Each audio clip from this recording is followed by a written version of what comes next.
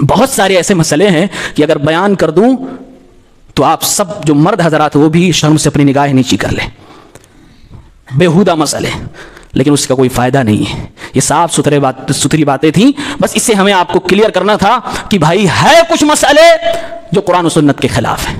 اس لیے آپ کسی ایسی جگہ پر کیوں جائیں جہاں آپ کو پیورٹی نہ ملے، جہاں آپ کو اوریجنلٹی نہ ملے. آپ ایسی جگہ پہ کیوں نہ آئیں جہاں آپ سینہ ٹھوک کے کہیں جو اس میں ہے وہ میرا ہے، جو اس کے خلاف ہے وہ میرا نہیں ہے. سیدھا سا سمپل سا نبی کا دیا ہوا فارمولا لیجئے، نبی کی دی ہوئی تعلیم لیجئے، نبی کا دیا ہوا مصدر و مرجع لیجئے. کون عالموں کے خلاف آپ کو بھڑکا رہا ہے؟ کون کہہ رہا ہے کہ عالموں کی بات نہ مانو؟ ہم تو سب کہتے ہیں سارے عالم علماء اللہ رب العالمین کے ہاں انشاءاللہ ڈبل اجر پائیں گے اگر ان کی رائے صحیح ہو گئی، اور اگر غلطی پہ بھی ہوئے تب بھی ان کو ایک اجر تو ملنا ہی ہے. لیکن اس غلطی پہ اگر ہم عمل کر لیں گے تو ہمارا عمل قبول نہیں ہوگا.